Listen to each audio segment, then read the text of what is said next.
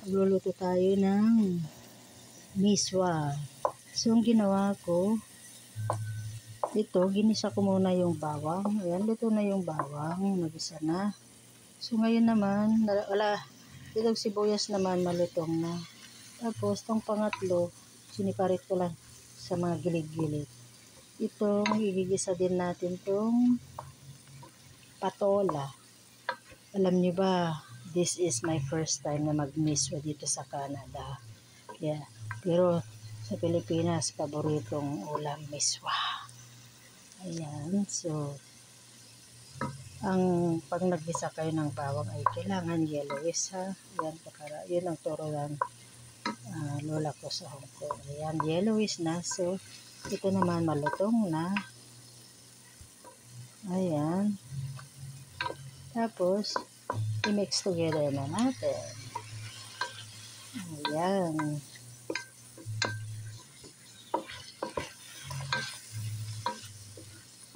Tapos, takpan natin habang buksan. Gawin natin yung sardinas. Itong patulan ito ay binili ko lang sa international market. Ayan, sitakpan natin siya.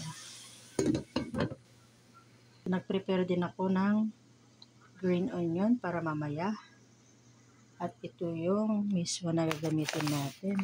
Parang Chinese ang nabili ko ngayon, pero gusto ko kasi yung maliliit. Mayroon naman ako dyan malalaki kasi gusto ko talaga yung maliliit. Yan, maliliit tayo. Chinese version. Pero tinawag din nilang miswa. Ayan o. Miswa.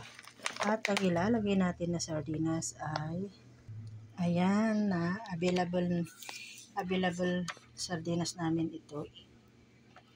Double AA sardines. Tapos ito ay hot. Red means hot. At ito ay green means no hot, not hot. So ito ay yung mga susunod na likado natin. Pag naluto na yung patola, isusunod ko itong sardinas. Igigisa din natin sa patola. Ayan. Itong patola ay binili ko lang siya ng $2.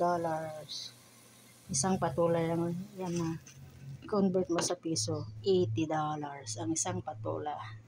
Tapos may pangalawa akong recipe habang hinihintay ko yung patola na mag-isa. Tignan din natin kung ito ay pwede na siya. Ayan, adobong baboy. Linagyan ko ng kunting sabaw dahil gusto nila Kay.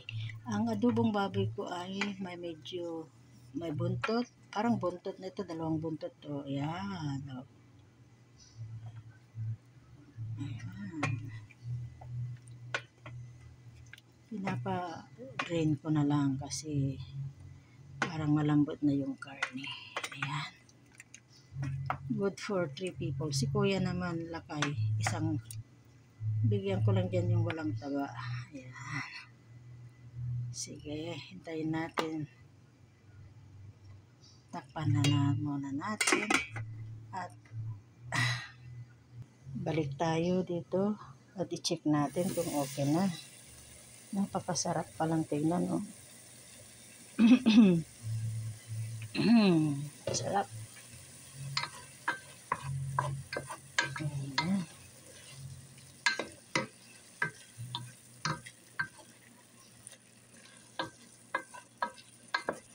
Kailangan kasi yung medyo malambot siya. Ayan. Tapos pag isunod natin, pwede na natin ilagay yung dalawang sardinas. Ayan.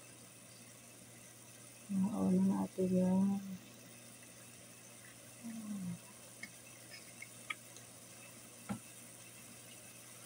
tapos, ayan siya, oh. Ito yung hindi mahanghang. Uy, sarap. Tapatak. Tapos ito yung mahanghang. Ay, wala siyang sabaw, ah. Ayan. Tapos, medyo durog-durogin natin.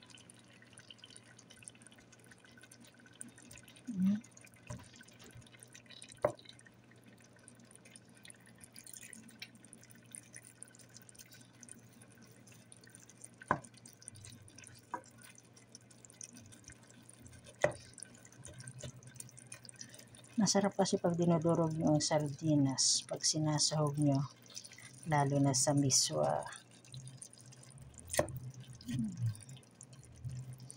Kasi ang macaron medyo matigas. Kaya kailangan durugin din natin. Ayan, sarap, masarap.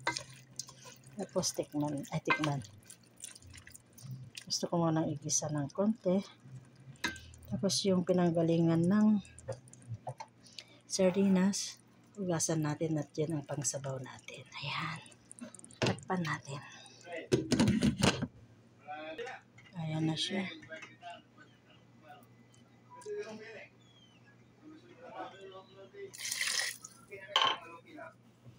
Mainit. Ayan. So, pakuluan natin. Dagdagan natin ng sabaw. Tapos lagay natin yung miswa. I-check na natin kung luto na yung patola.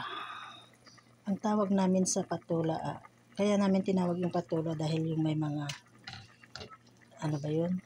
Yung mataas na, pero yung plat na madulas, hindi naman madulas, yung basta plat, kabatiti sabi namin. So, ayan na siya. Wala pa yung noodles, tikman natin.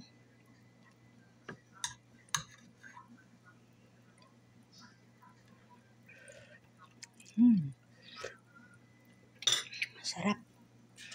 So, ito na yung miswa. Ilagay na natin.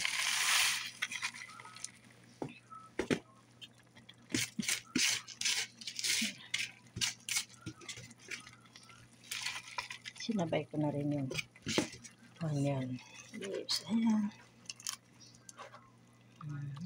Kailangan haluin natin kasi pag hindi natin haluin, didikit-dikitan sila.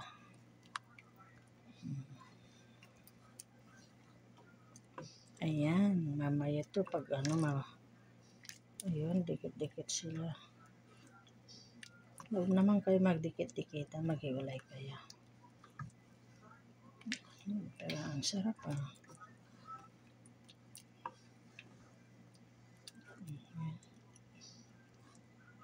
Sige, kulo-kulo lang.